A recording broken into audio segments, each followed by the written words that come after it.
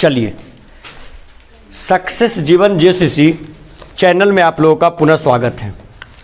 आज हम लोग सारणिक पाठ के लेक्चर नंबर 4 में मिल रहे हैं। जैसा कि आप लोग को ज्ञात है कि लेक्चर नंबर 1 और 2 में हम लोग प्रश्नावली 4.1 को कर चुके हैं। इसके बाद हम लोग सारणिक के गुणधर्म को पढ़ने जा रहे थे, जिसमें आप लोग को पहले बताए थे कि सारणिक में कुल मिलाकर के 4 गुणधर्म होता है, 6 होता है। 6 में हम लेक्चर नंबर 3 में हम 4 गुणधर्म का ऑलरेडी चर्चा कर चुके हैं। तो आइए पहले एक बार उसको रिवाइज कर लेते हैं और फिर हम लोग आगे क्या करते हैं, बढ़ते हैं। देखिए, जैसा कि आप लोगों को ज्ञात है कि हम प्रॉपर्टी नंबर आप लोगों से फर्स्ट में चर्चा किए थे। देखिएगा सर, जैसा कि आप लोगों को ज्ञात है हम प्रॉपर्टी नंबर फर्स्ट में चर्चा किए थे। क्या चर्चा किए थे, सुनिए। अगर हम लोग रो को एक्सचेंज कर दें, रो को एक्सचेंज कर दें किसके साथ, कॉलम के साथ, या कॉलम को एक्सचेंज कर दें किसके साथ, रो के साथ, तो जो सारणिक का मान होता है वो दोनों का आपस में बराबर होता है कि अलग अलग होता है। सारणिक का मान दोनों आपस में क्या होता है, बराबर होता है। अगर पंक्ति को चेंज कर दिया जाए स्तंभ के साथ और स्तंभ को चेंज कर दिया जाए किसके साथ, पंक्ति के साथ, और किसी एक को नहीं, सारे पंक्ति को स्तंभ में और सारे स्तंभ को पंक्ति में, तो वैल्यू में किसी प्रकार कोई बदलाव होता नहीं है। बाबू ध्यान दो यहाँ। इसके बाद आप लोगों से हम जिक्र किए थे प्रॉपर्टी नंबर किसका, बोलिए, सेकंड का। प्रॉपर्टी नंबर किसका, सेकंड का।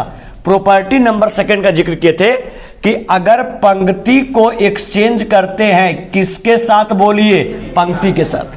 ठीक है, मतलब पंक्ति को एक्सचेंज करते हैं पंक्ति के साथ, या स्तंभ को बदलते हैं किसके साथ, स्तंभ के साथ। इसको हम ऐसे लिखवाए थे कि यदि 2 पंक्तियों को या 2 स्तंभों को आपस में परस्पर बदल दें, आपस में परस्पर क्या कर दें, बदल दें, लेकिन परस्पर आपस में बदलना है, लेकिन आप लोग को जो अवयव होना चाहिए, वो आपका, जैसे सपोज करते हैं कि हम R1 और R2 को एक्सचेंज कर रहे हैं, तो A11 होगा A21 के साथ एक्सचेंज, A12 होगा A22 के साथ, और A13 होगा A23 के साथ।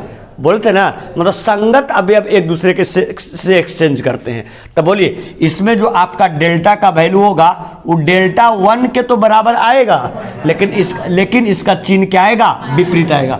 अगर यहाँ प्लस तो यहाँ माइनस, यहाँ माइनस तो यहाँ पर क्या हो जाएगा, प्लस हो जाएगा। क्या सर, ये चर्चा किया गया था कि नहीं किया गया था? इसके बाद आप लोगों से सर हम चर्चा किए थे प्रॉपर्टी नंबर किसमें, बोलिए, 3rd में।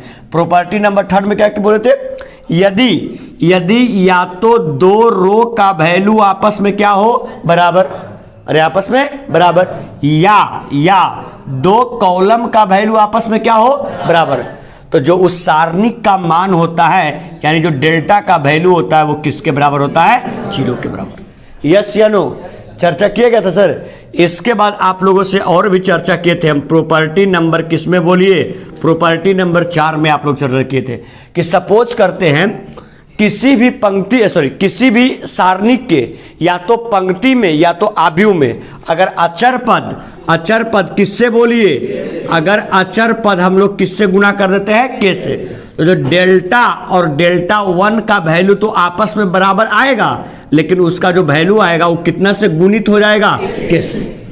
हाँ या ना? मतलब ये भी कह सकते हैं, सुनिएगा मेरी बात को, कि अगर किसी भी सारणिक में अचर पद अगर के से गुणा करते हैं तो उसका जो वैल्यू है वो किससे गुणित हो जाता है, के से। यहां तक चर्चा आप लोग से कर चुके थे। चलिए, इसी के नीचे नोट में लिखिएगा प्रॉपर्टी नंबर 4, वहां तक हम बता चुके थे, ये रिवाइज करवा दिए हम एक बार। प्रॉपर्टी नंबर 4 के नीचे में लिखिएगा, प्रॉपर्टी नंबर 4 लिखिएगा नोट में करके, पॉइंट नंबर फर्स्ट नोट में करके, प्रॉपर्टी नंबर 4 में नोट में करके पॉइंट नंबर फर्स्ट लिखिए। इस गुणधर्म के अनुसार इस गुणधर्म के अनुसार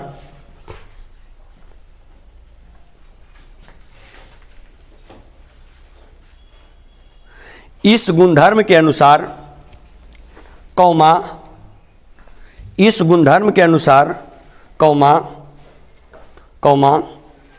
हम एक सारणिक की इस गुणधर्म के अनुसार हम एक सारणी की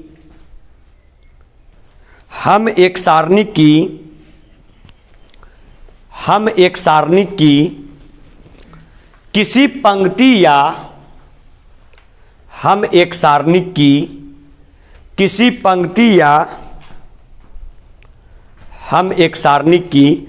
पंक्ति या स्तंभों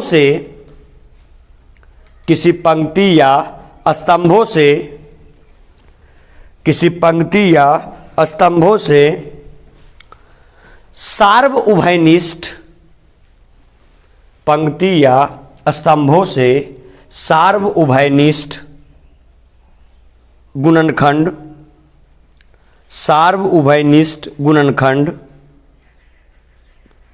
सार्वउभयनिष्ठ गुणनखंड बाहर निकाल सकते हैं। सार्वउभयनिष्ठ गुणनखंड बाहर निकाल सकते हैं। सार्वउभयनिष्ठ गुणनखंड बाहर निकाल सकते हैं। सार्वउभयनिष्ठ गुणनखंड बाहर निकाल सकते हैं।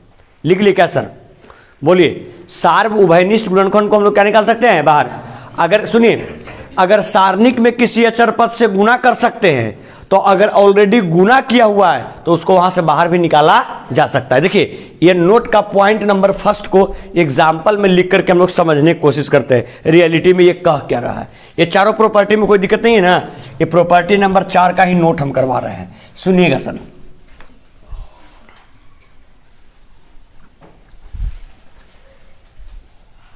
देखिए, अगर एग्जाम्पल के फॉर्म में इसको हम लोग देखने की कोशिश करें, देखिएगा, एग्जाम्पल के फॉर्म में इसको हम लोग देखने की कोशिश करें तो यहां पर एक प्रश्न देता है। क्या प्रश्न देता है? सुनिए कि सारणिक, गौर करेंगे, सारणिक यहां पर आपका दे दिया है 102, 18 और 36। फिर कहता है 1, 3 और 4। यहां बोल दिया 17, 3 और 6। इतना दे दिया। कहता है क्या? का मान ज्ञात कीजिए। बच्चे लोग थोड़ा सा गौर कीजिएगा, आप लोग का मान ज्ञात कीजिए। अगर आप लोग ढंग से इस क्वेश्चन को देखें तो ये जो हम लोग नोट में पॉइंट चर्चा किए हैं वो आपका डिटेल से इसका काम हो जाएगा। देखिए, अगर आप गौर से देखेंगे पंक्ति नंबर पहले को, देखिएगा सब लोग ध्यान से। अगर आप गौर से देखें पंक्ति नंबर पहले को तो ये आपका लिखा हुआ है कितना? 102। ये कितना लिखा हुआ है? 18। और ये कितना? 36। देखिए, तो ऐसा कर सकते हैं बाबू, ध्यान देना सबको यहां पर। क्या 102 को लिख सकते हैं 6 और गुने कितना? 17। 17 छक 2 तल से 102 हो जाएगा। और लिख सकते हैं आगे कितना है? बोलिए। 18। 18 को लिख सकते हैं 6 और गुने कितना? 3। 6 तिहाई 18। आगे कितना है? बोलिए। 36। 36 को लिख सकते हैं 6 और गुने कितना? 6। अब आप देखिए, आपको एक पंक्ति नंबर फर्स्ट में, बाकी अभी अब लिख दीजिए हमको। यहां पर आपका 1, यहां पर आपका 3, यहां पर कितना? 4, यहां पर कितना सर? 17, यहां भी 3 और यहां कितना? 6। अब आप अगर पंक्ति नंबर फर्स्ट में देखते हैं तो सुनिए, अभी आप लोग को बताए थे, अगर किसी भी, यहां ध्यान दो बाबू, अगर किसी भी सारणिक में किसी अचर पद से गुणा करते हैं तो सारणिक का मान उतना से गुणित हो जाता है। प्रॉपर्टी नंबर 4 बोला था। अब देखिए, यहां पर अचर पद कितना है? 6। यहां भी अचर पद 6, यहां भी अचर पद 6। तो क्या ऐसा काम करेंगे? R1 से कितना कॉमन ले सकते हैं? कितना? 6। क्यों? क्योंकि वही देखिए पॉइंट हम लिखवाए हैं, जो अभी लिखवाए हैं आप लोग को। एक बार फिर से पढ़िए उसको, आप लोग क्या कहता है सो, ईमानदारी से पढ़िए, ईमानदारी से पढ़िए उसको। क्या कह रहा है आपका पॉइंट?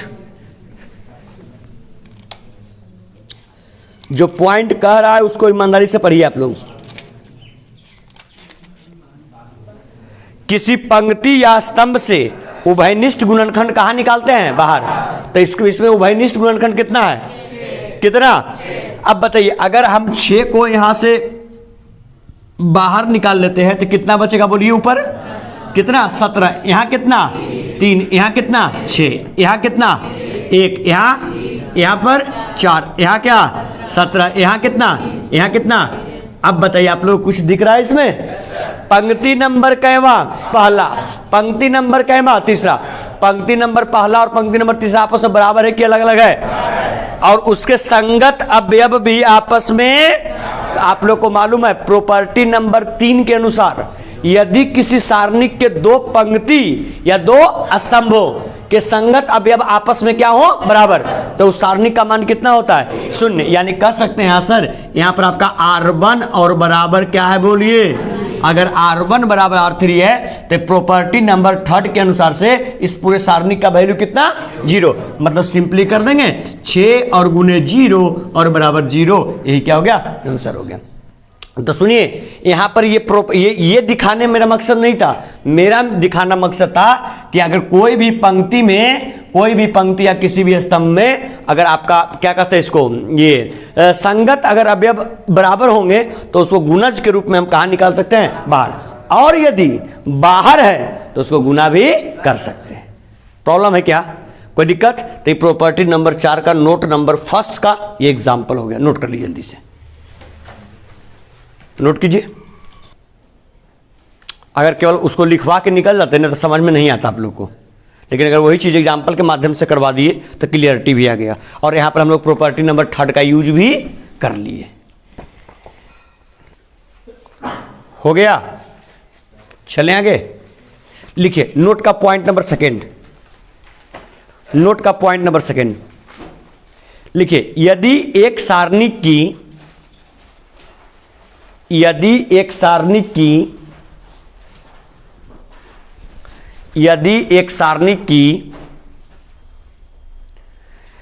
किन्हीं दो पंक्तियों, यदि एक सारणिक की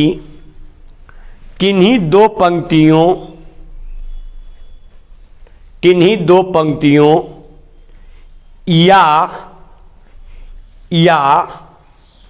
दो स्तंभों, यदि किसी सारणिक की दो पंक्तियों या दो स्तंभों के संगत अवयव, यदि किसी सारणिक के दो पंक्तियों या दो स्तंभों के संगत अवयव समानुपाती हैं, सारणिक के दो पंक्तियों या दो स्तंभों के संगत अवयव समानुपाती हैं, तो उसका मान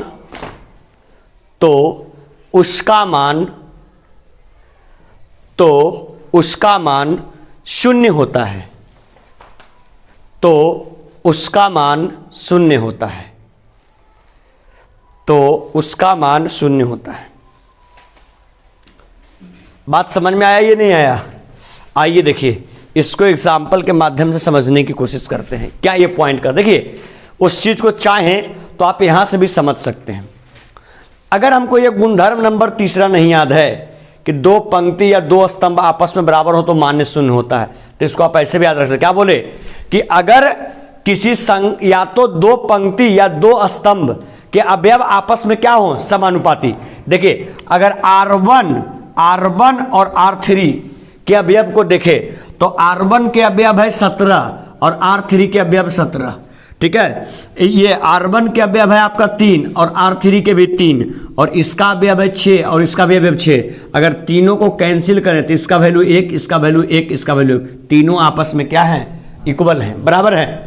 तीनों इक्वल आपस में क्या है? बराबर है। यानी तीनों का अनुपात जो है वो बराबर है कि अलग अलग है? बराबर है। तो ऐसे भी अगर बराबर है अनुपात तो इस सारणी का मान कितने के बराबर? 0 के बराबर होगा। जैसे एज एग्जाम्पल सर अगर इस प्रकार का रहे तो देखिएगा, अगर इस प्रकार रहे तो 5, 3 और 8, 1 -2 और 4, यहां रहे आपका 10, यहां रहे 6 और यहां रहे 8 दूनी 16। कोई पूछे बताइए इसका मान कितने के बराबर होगा? तो आप ऐसे भी देख सकते। देखिए इसको चेक करने का या इसको देखने का दो तरीका। सबसे पहला हम देखेंगे यहां पर आपका 5, यहां 10, 5 दूनी 10, 3 दूनी 6, 8 दूनी 16, मतलब इसका अनुपात जो है 1/2, 1/2, 1/2। तो सब जगह अनुपात बराबर की अलग अलग, बराबर के अलग अलग। जैसे ही अनुपात आपका समानुपाती आया, अनुपात जो आपका है समान आया, बराबर आया, तो पूरे सारणी का मान कितना? 0। एक तरीका चेक करने का यही हुआ। दूसरा तरीका चेक करने का क्या हो सकता है, मेरे पास अवयव यहां पर 5, यहां 3, यहां 8, 1 -2 और 4, यहां है कितना 10। 10 को लिख सकते हैं क्या 5 गुने कितना 2। 6 को लिख सकते हैं क्या कितना, लेकिन जब इसमें अवयव को इक्वल आपका होगा नहीं, ठीक है। समानुपाती के माध्यम से 10, 6 और 16 अनुपात के माध्यम से आप देख सकते हैं, ठीक है। 5 दूनी 10, 3 दूनी 6, 8 दूनी 16, तीनों का अनुपात 1/2, 1/2, 1/2 के बराबर। अगर 1/2, 1/2 तो वैल्यू कितने के बराबर, 0 के बराबर होगा, 0 के बराबर होगा। समझ रहे हैं, मतलब अगर अनुपात भी बराबर होगा, समानुपाती होगा, तब पर भी सारणी का मान कितना होगा, 0 होगा। और अगर कोई अचर पद तीनों के तीनों में अगर कॉमन होगा तो वहां से कॉमन करके भी निकाला जा सकता है। बात पकड़ में आया क्या। और नहीं तो फिर इसको आप ऐसे भी सोच सकते हैं, इस प्रकार से भी सोच सकते हैं कि जैसे हम यहां लिखे 5, यहां 3 और यहां कितना 8, यहां पर 1 -2 और कितना 4, बताइए 10 है। 10 को हम क्या लिख सकते हैं बोलिए तो 5 और गुने कितना 2। 6 को क्या लिख सकते हैं बोलिए 3 गुने 2। 16 को क्या लिख सकते हैं 8 और गुने कितना 2। बताइए यहां पर अचर पद कितना 2, यहां अचर पद, यहां अचर पद। अगर किसी भी पंक्ति या किसी भी स्तंभ में अगर अचर पद रहे तो अचर पद कहां निकल जाता है, तो अगर अचर पद बाहर निकल गया, 2 बाहर निकल गया तो क्या बच जाएगा 5, 3 और कितना 8, 1 -2 और कितना 4, यहां बच जाएगा 5, 3 और कितना 8। बताइए ये हो गया R1 और ये हो गया R3। क्या R1 के संगत अवयव आपस में बराबर हैं? अगर R1 के संगत अवयव R3 के संगत अवयव के आपस में क्या है बराबर, मतलब सिंपली कह सकते हैं कि R1 का जो मान है वो किसके इक्वल है, R3 के इक्वल है। तो सिंपल आपका हो जाएगा 2 और गुने कितना 0, वैल्यू कितना के बराबर 0 के बराबर। तो आप इस प्रकार से भी कॉमन करके भी आप इस संगत अवयव के बारे में सोच सकते हैं, और नहीं तो सिंपली आप सोच सकते हैं कि अगर उसके अनुपात आपस में अगर समानुपाती होंगे तब पर भी वैल्यू कितने के बराबर 0 के बराबर होगा। समझ में आया क्या। चलिए जल्दी से ऐसा काम कीजिएगा कि क्या काम करेंगे, जल्दी से एग्जाम्पल नोट कर लीजिए, दोनों एग्जाम्पल को जल्दी से फटक सा लिखिए। Property number 5, property number 5, property number 5, गुणधर्म नंबर लिखिए।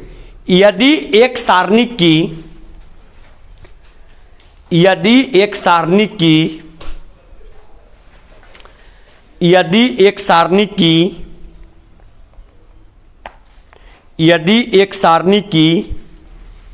एक पंक्ति या स्तंभ, यदि एक सारणी की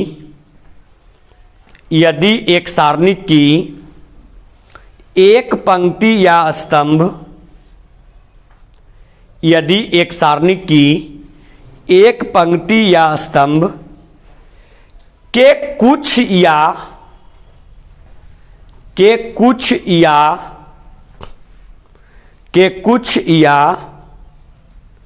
सभी अवयव के कुछ या सभी अवयव 2 या 2 से अधिक, सभी अवयव 2 या 2 से अधिक, सभी अवयव 2 या 2 से अधिक पदों के योगफल के रूप में व्यक्त हो, 2 या 2 से अधिक पदों के योगफल के रूप में व्यक्त हो,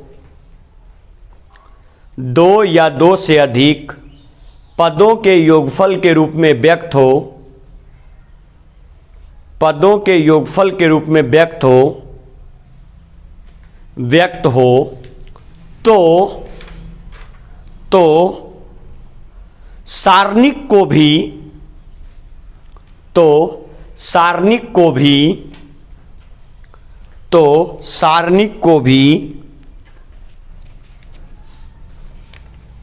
या 2 से अधिक पदों के, तो सारणिक को भी 2 या 2 से अधिक पदों के, तो सारणिक को भी 2 या 2 से अधिक पदों के, 2 या 2 से अधिक पदों के योगफल के रूप में सारणिक को भी दो या दो से अधिक पदों के योगफल के रूप में व्यक्त कर सकते हैं।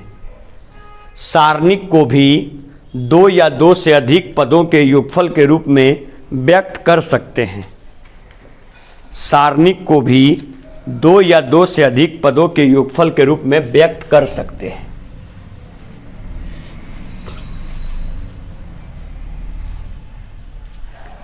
देखिए सर, अगर सारणिक के अवयव क्या कौन से रूप में अगर अथी हो, क्या कर सकते हैं, दिए गए हों योगफल के रूप में, दो या दो से अधिक अवयव के साथ योगफल के रूप में दिए गए हों, तो सारणिक को हम लोग अलग अलग क्या कर सकते हैं, व्यक्त कर सकते हैं। लिखे थे क्वेश्चन, लिखे तो दर्शाइए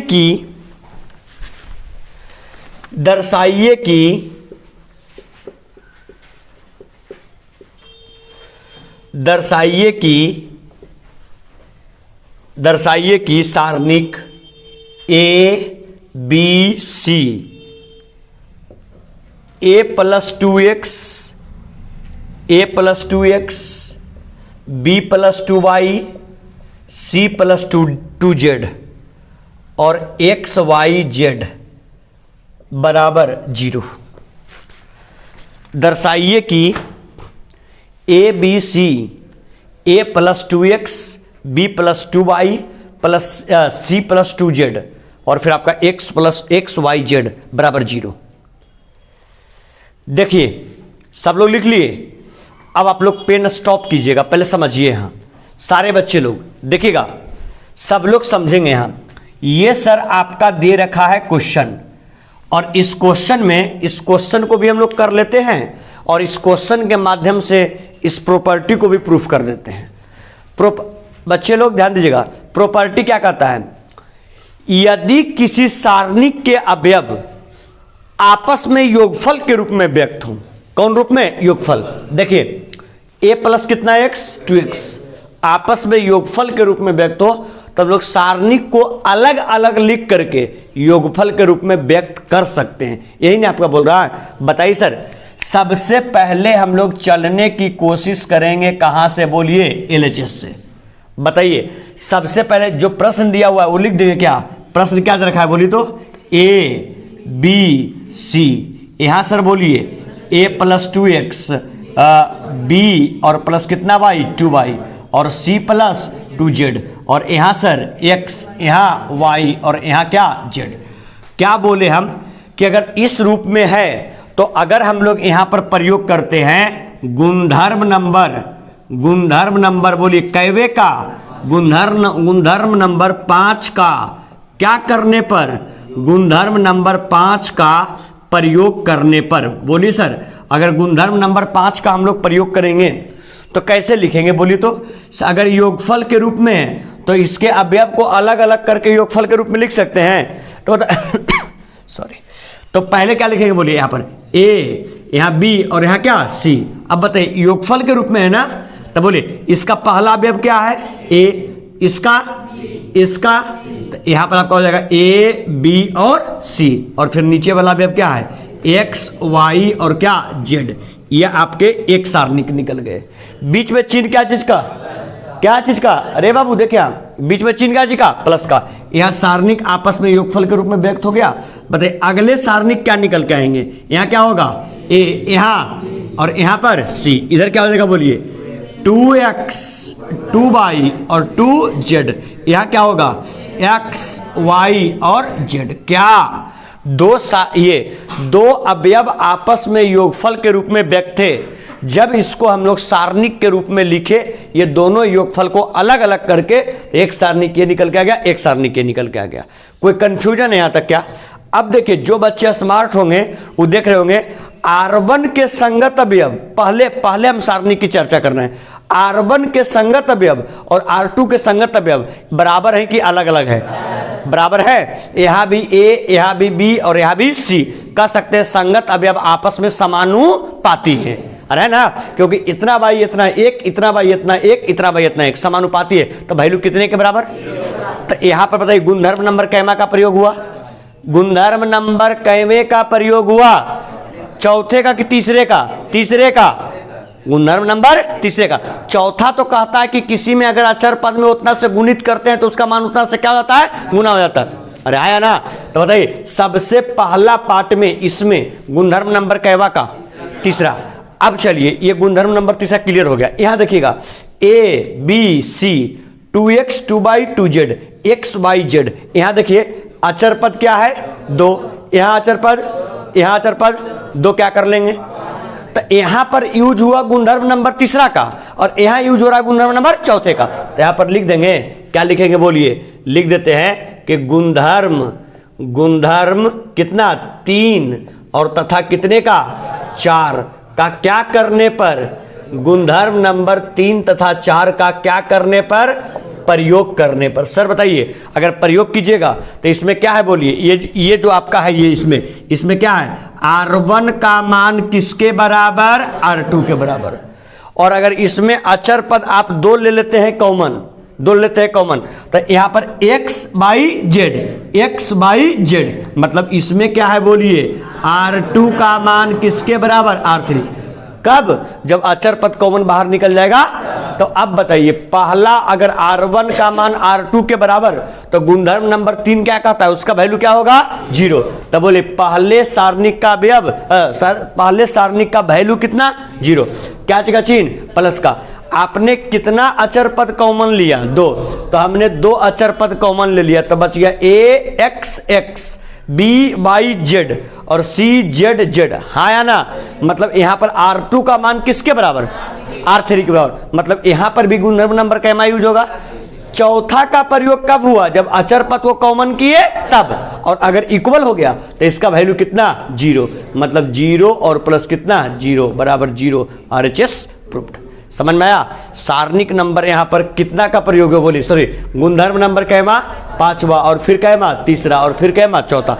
एक प्रश्न में 3 गुणधर्म का प्रयोग हो गया। समझ में आया। चलिए इसको एग्जाम्पल के फॉर्म में वहां नोट डाउन कीजिए, आप लोग को बहुत हद तक समझ में आ गया होगा। 1 मिनट में तो रुक जाइएगा, पहले उसको पढ़िए आप लोग एक बार फिर से, जो को अभी लिखवाए थे प्रॉपर्टी नंबर 5, एक बार पढ़िए तो फिर से, एक बार पढ़िए उसको फिर से। पढ़ लिए क्या, पढ़े, समझ में आया। यही बात किया गया है कि दूसरा बात किया गया है, सेम बात आपका है। चलिए तो आप लोग नोट डाउन कर लीजिएगा बिना विलंब का, पेन डाउन कर लीजिए। प्रॉपर्टी नंबर 6 को लिखने से पहले आइए एक आध 2 एग्जाम्पल और करते हैं, ठीक है, ताकि और भी क्लियरिटी आए। लिखे तो, प्रसरण किए बिना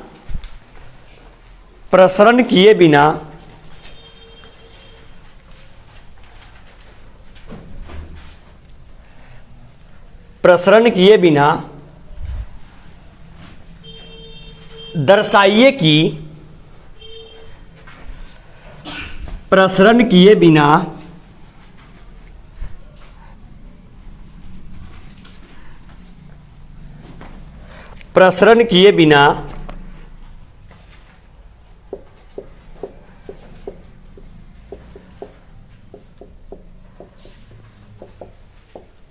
प्रसरण किए बिना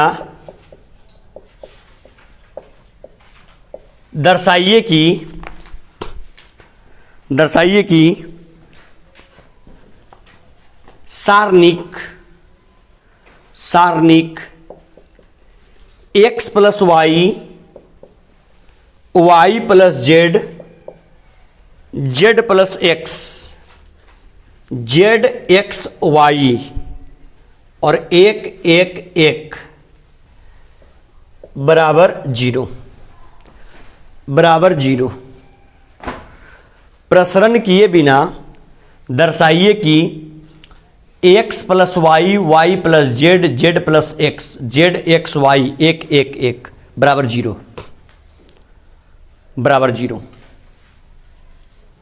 देखिए सुनिएगा सर, इसको प्रसरण करके हल करने के लिए कौन सा प्रॉपर्टी का यूज करेंगे, प्रॉपर्टी नंबर किसका 5 का। अभी बताए ना, ये कितने सारणिक में बढ़ जाएगा 2, उसके अवयव क्या क्या होंगे, x z 1 y x 1 z y 1 एक सारणिक के, और बीच में चिन्ह क्या चीज का होगा प्लस का। सारणिक नंबर दूसरे के अवयव क्या होंगे, y z 1 जेड एक्स एक और एक्स वाई एक होगा ना। लेकिन वो क्या हुआ, उसको प्रसरण करके हुआ कि बिना प्रसरण किए हुए? प्रसरण करके हुआ। उसको जब विस्तार किए तब ना वो चीज पॉसिबल है। और उसके लिए हम लोग गुणधर्म नंबर कैमा का प्रयोग कर रहे थे, पांचवा। लेकिन क्या क्वेश्चन में लिखता है प्रसरण करके या बिना प्रसरण किए हुए? मतलब गुणधर्म नंबर यहाँ 5 का प्रयोग होगा कि नहीं होगा? नहीं होगा। देखिए यहाँ पर जो बच्चा स्मार्ट होगा वो थोड़ा सा इस बात को हैंडल करने के लिए सबसे पहले तो हर कोई जान रहे हैं कहाँ से चलेंगे, एलएचएस से। जो दिया हुआ है पहले लिख लेंगे। क्या दिया गया है भाई साहब? दिया गया x plus Y, Y plus क्या जेड, और यहाँ जेड प्लस कितना x। यहाँ पर जेड, यहाँ पर x, यहाँ वाई, यहाँ एक, यहाँ एक, यहाँ एक। अगर कोई विद्यार्थी ठीक ठाक होगा तो दिमाग को अप्लाई करेगा तो वो क्या देखेगा, x Y Z, X Y Z, X Y Z, मतलब कॉमन कहां से हो जाएगा? काश ये है R1 और ये है R2। अगर R1 के जगह पर R1 और R2 आपस में जुट जाए तो R1 के सभी संगत अवयव x plus Y plus Z के रूप में हो जाएंगे। हाँ या ना? मतलब यहां पर क्या लिख सकते हैं सर, क्या लिख सकते हैं बोलिए? R1 के जगह पर R1 और प्लस कितना बोलिए? R2। R1 के जगह पर R1 प्लस R2। बताइए अगर R1 के जगह पर R1 प्लस R2 हो जाएंगे तो इसके अवयव क्या हो जाएंगे बोलिए? R1 का वैल्यू x प्लस वाई और R2 का वैल्यू z। मतलब क्या होगा यहां सर बोलिए? x plus Y plus Z. बोलिए R1 के अवयव क्या है बोलिएगा? y प्लस जेड, और इसके अवयव x हो जाएगा। और यहाँ क्या हो जाएगा सर बोलिए? z प्लस x प्लस कितना y, और बाकी अवयव यहाँ z, यहाँ x और यहाँ क्या y, यहाँ एक और यहाँ एक। कोई सर समझने में यहाँ तक दिक्कत? आप लोग सारे बच्चों को मालूम है प्रॉपर्टी नंबर कैमा का प्रयोग चौथे का, प्रॉपर्टी नंबर कैमे का चौथे का। अगर कोई भी अचर पद हो या कोई भी संगत अवयव हो तो उसको हम लोग क्या कर सकते? कॉमन करके कहां निकाल सकते हैं? बाहर। x plus Y plus Z, x plus Y plus Z और x plus Y plus Z क्या कर ले? कॉमन करे कहां? बाहर। तो ऐसा काम करें सर, यहां से आपका x plus Y plus Z ये आपका उभयनिष्ठ हो गया, कॉमन करके कहां निकल जाएगा? बाहर। तो अगर ये बाहर आ गया तो कुछ नहीं बचा, तो कितना?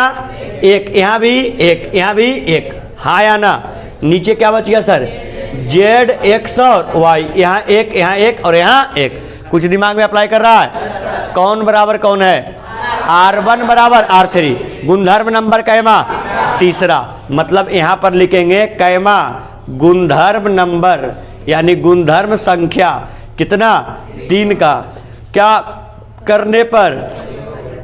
गुणधर्म नंबर 3 का प्रयोग करने पर। अगर गुणधर्म नंबर सर, अगर गुणधर्म नंबर 3 का प्रयोग करेंगे तो क्या आ जाएगा बोलिएगा? x plus Y plus Z, और 3 का प्रयोग किए तो R1 बराबर क्या है? R3। अगर किसी भी सारणिक के या तो 2 पंक्ति या तो 2 स्तंभ आपस में तो वैल्यू कितना? 0। मतलब इतना इंटू क्या? 0 बराबर क्या? 0। RHS proved. टफ है या आसान है? लेकिन अगर विस्तार से बनाना होता तो कैसे करते? इसको कितने सारणिक के रूप में? 2 सारणिक के रूप में बदल देते। ठीक है, और वहां पर प्रयोग होता प्रॉपर्टी नंबर कैमा? 5वां। जल्दी करिएगा सर, फटाक सा नोट कर लीजिए एग्जाम्पल के फॉर्म में, प्रैक्टिस के रूप में। अब हम लोग लिखेंगे गुणधर्म नंबर 6। उम्मीद करते हैं इसको तो आप लोग लिख ही लिए होंगे। आइए लिखिए गुणधर्म नंबर 6। गुणधर्म नंबर 6 और गुणधर्म का प्रॉपर्टी आपका लास्ट है। गुणधर्म नंबर 6, गुणधर्म संख्या 6 लिख लिए क्या? गुणधर्म संख्या कितना? 6। अच्छा, आप लोगों का क्लास से यहाँ कितना बजे छूट जाता है?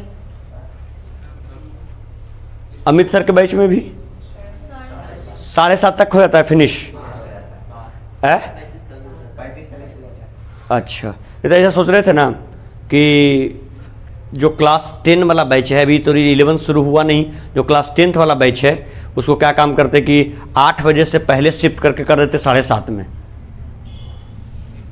7:30 में कर देते, क्योंकि वहाँ 7 बजे छुट्टी हो जाता है, 7:30 में बच्चा आराम से आ सकता है। तो 7:30 में छुट्टी कर देते तो फिर लोग का 7:30 से लेकर के 8:30 तक हो जाता, और 8:30 से फिर 9 कर लेते तो 9:30 में यहाँ ऑफ हो जाता। ठीक है, ऐसे 10 बज जाता है। क्या देखते, वहाँ भी 9:30 तक छुट्टी हो जाएगा, यहाँ भी 9:30 तक फिनिश हो जाएगा, है कि नहीं? चलिए ठीक है, वो देख लेते हैं हम। लिखिए गुणधर्म नंबर 6। ऐसे बीच में आधा घंटा ऐसे ही बैठना पड़ता है ना। गुणधर्म नंबर 6 लिखिए सर। यदि एक सारणी के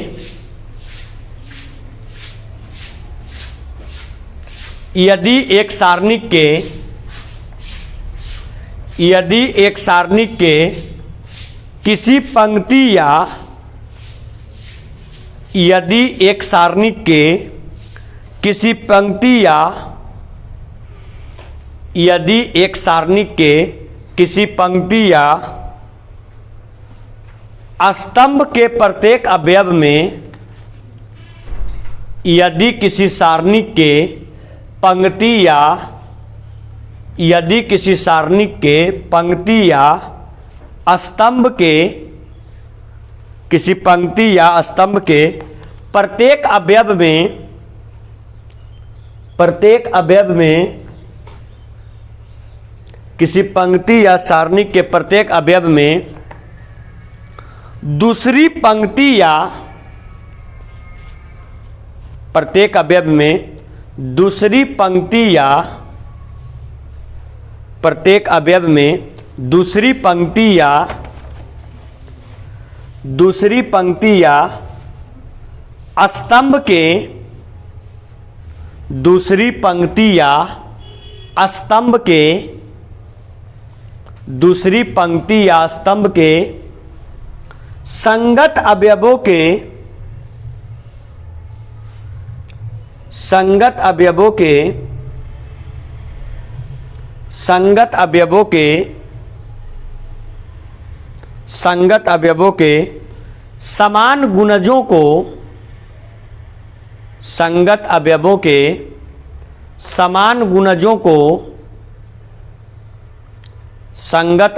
के समान गुणजों को आपस में जोड़ देते हैं। संगत अवयव के समान गुणजों को आपस में जोड़ देते हैं। संगत अवयवों के समान गुणजों को आपस में जोड़ देते हैं तो संगत अवयवों के समान गुणजों को आपस में जोड़ देते हैं तो सारणिक का मान वही रहता है। तो सारणिक का मान वही रहता है। तो सारणिक का मान वही रहता है। अर्थात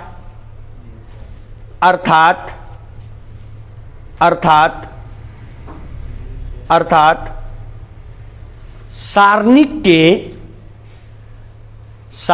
के मूल मान में, अर्थात सारणिक के मूल मान में किसी प्रकार का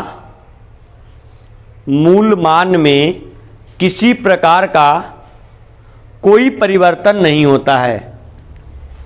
सारणिक के मूल मान में किसी प्रकार का कोई परिवर्तन नहीं होता है। मूल मान में किसी प्रकार का कोई परिवर्तन नहीं होता है। मतलब बोलिए, वैल्यू सेम रहता है कि डिफरेंट? सेम रहता है। चलिए देखिए, सपोज कीजिए बाबू, आपके पास कोई सारणी का अवयव RI है, ठीक है, RI है। अगर इस सारणी के अवयव RI में हम ऐसा काम करते हैं, कोई मतलब अचर पद कौन लेते हैं? C ले लेते हैं और RJ ले लेते हैं। C क्या ले लेते हैं बोलिए? C RJ। इसको अगर जोड़ देंगे तो अगर RI था तो सारणी का जो वैल्यू है, अगर किसी अचर पद के साथ अगर सारणी को इसके अवयव के साथ अगर जोड़ देंगे, सबों में समान जोड़ देंगे, तो उसके वैल्यू में किसी प्रकार कोई परिवर्तन नहीं आएगा, चाहे वो आप सारणिक में कीजिए, सॉरी पंक्ति में कीजिए, अगर आप स्तंभ में भी करते हैं तो सीधा क्या हो जाएगा बोलिए, सी आई प्लस कोई असर पद सी लेते हैं और यहां पर क्या हो जाएगा सी जे। अगर इस प्रकार से करते हैं तो सारणिक में किसी प्रकार कोई परिवर्तन आता नहीं है। चलिए नोट कर लीजिए इसको, डॉक्टर नोट कर लीजिए। इस प्रकार से आप लोगों का टोटल कितना प्रॉपर्टी बोलिए, 6 का 6 प्रॉपर्टी जो आपका है वो आपका फिनिश हो गया, ठीक है, कंप्लीट हुआ। अब क्या काम करना है, इससे संबंधित 4.2 में बहुत सारे प्रश्न हैं, तो ऐसा काम करना है हम लोग को कि अब हम लोग को क्वेश्चन देखना है और क्वेश्चन का प्रैक्टिस करना है। यह आपका कंसेप्ट था, ठीक है, गुणधर्म था, गुणधर्म नंबर 1 2 3 4 और यहां पर गुणधर्म नंबर 1 कितना हो गया, 4 और 5। अब हम लोग प्रैक्टिस करेंगे क्वेश्चंस वगैरह। जल्दी कीजिए सर, हो गया, बढ़े, चलिए लिखिए तो क्वेश्चन लिखिएगा, लिखिए, दर्शाइए कि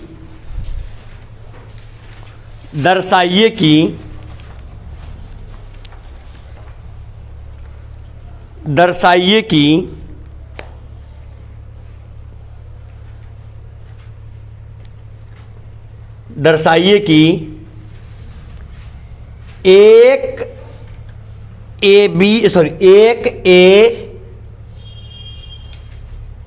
सी, एक बी सी ए और एक सी ए बी।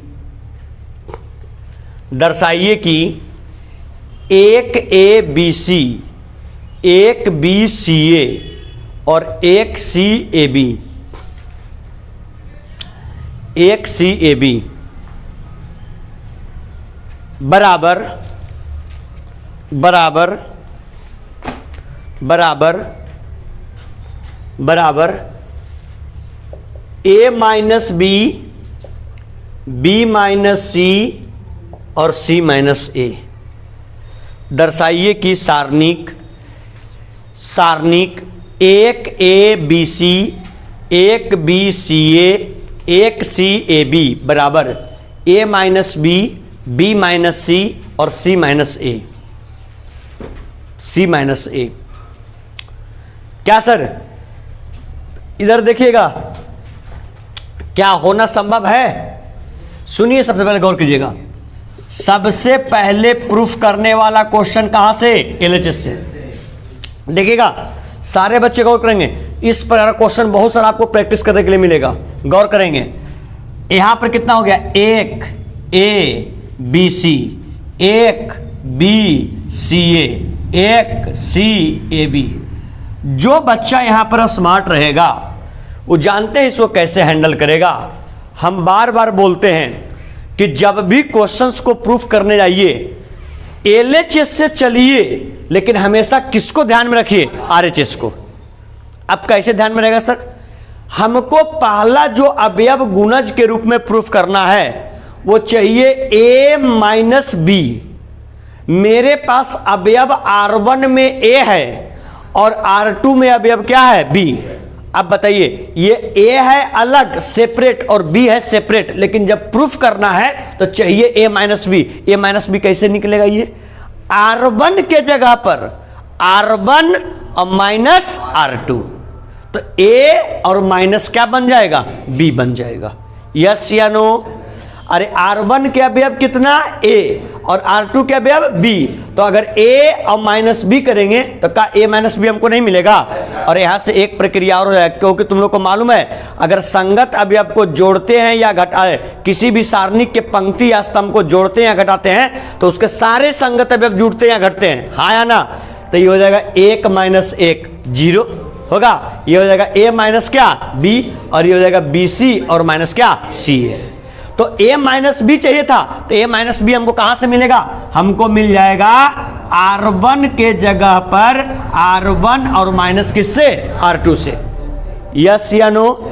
हमको ए माइनस बी प्राप्त हो जाएगा। अगला क्या चाहिए, बी माइनस सी। अब बताइए, देखिए बी सेपरेट अवयव किसमें है? R2 में। किसमें? R2 में। और C सेपरेट अवयव किसमें? R3 में।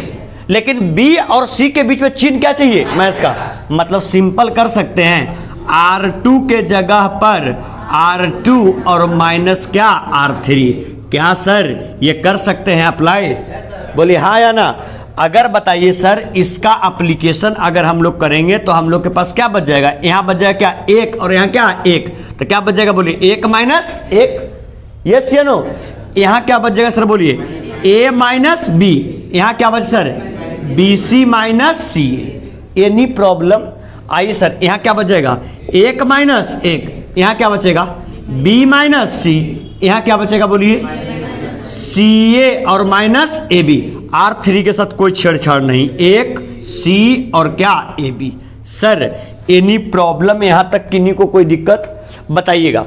जो बच्चे थोड़ा सा इसमें माइंड का एप्लीकेशन करेंगे, 1 में से 1 गया, क्या बच गया? 0। ये क्या बच गया? बोलिए A माइनस B। थोड़ा सा माइंड अप्लाई कीजिए, C यहाँ भी, C यहाँ भी, अरे ना, C यहाँ भी और C यहाँ भी। अगर C कॉमन करते हैं तो क्या बच जाएगा? B minus A। लेकिन चाहिए क्या? A minus B। तो C कॉमन करें कि माइनस C कॉमन करेंगे? अगर सर माइनस C कॉमन करते हैं तो क्या बच जाएगा? A minus B। हाँ या ना? अगर माइनस C कॉमन करते हैं तो मेरे पास बच जाएगा A माइनस क्या? अरे A माइनस क्या बच जाएगा? B।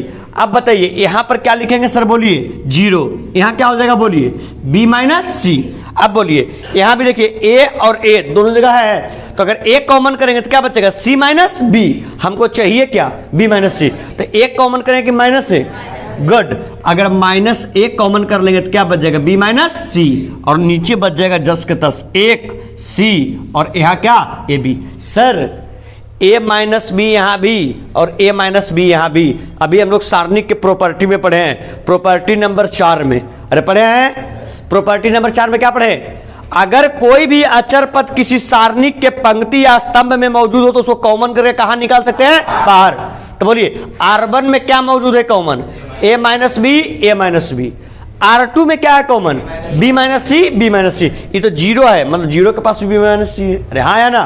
तो बोलिए R1 से कॉमन क्या होगा? A minus B. R2 से B माइनस सी।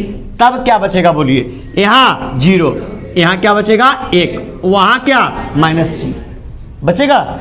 यहाँ क्या बचेगा? बोलिए 0, यहाँ पर 1, यहाँ माइनस से, यहाँ 1 C और यहाँ पर AB।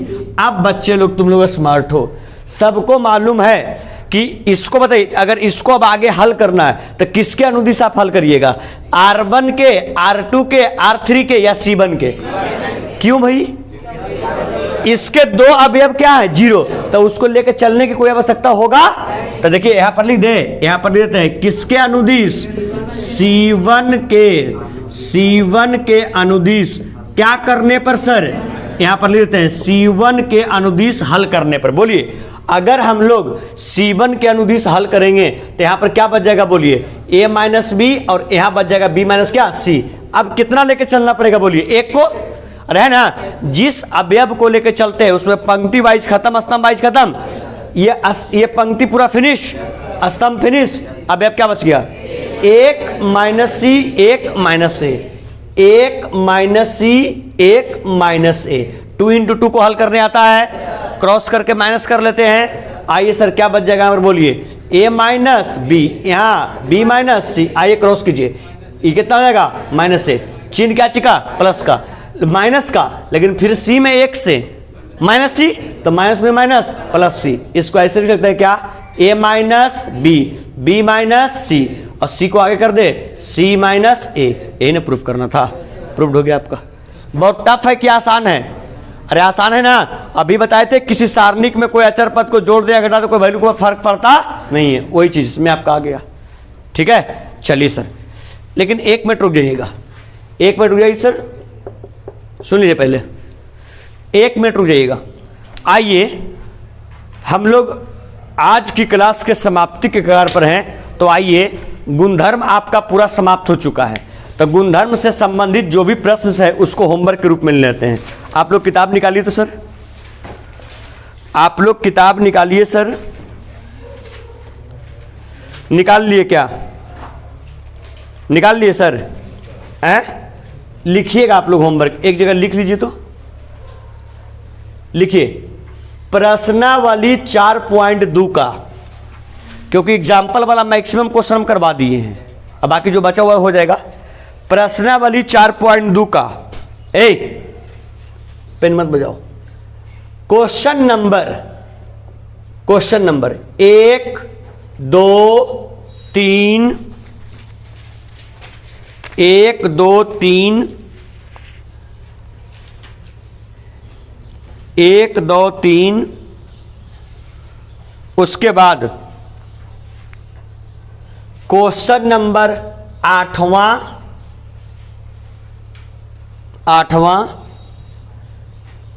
Question number 9वां।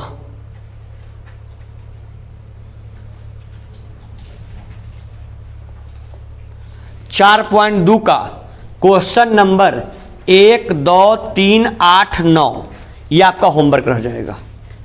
ठीक है, इसको आप लोग कर करके आएंगे। नेक्स्ट क्लास में आकर के पहले इसको हम डिस्कस करेंगे, और डिस्कस करने के बाद जो है आपका अगले क्लास में कोशिश करेंगे कि प्रश्नावली 4.2 लगभग क्या हो जाए, समाप्त हो जाए। ठीक है, सारणिक चैप्टर का प्रश्नावली 4.2। चलिए अब बिना विलंब किए हुए आप लोग इसको नोट कर लीजिएगा। चलिए, ऑनलाइन विद्यार्थियों को वीडियो देखने के लिए बहुत बहुत धन्यवाद। कंटेंट पसंद आए लाइक करें, कुछ सुझाव की आवश्यकता हो कमेंट करें, कहीं समझ में नहीं आता हो कमेंट करके जरूर बताएं, और बाकी अगर अभी तक चैनल को सब्सक्राइब नहीं किए हैं तो सब्सक्राइब भी कर लें। चलिए, बहुत बहुत धन्यवाद, थैंक यू। मिलते हैं सारणिक का लेक्चर नंबर 5 में। चलिए, थैंक यू।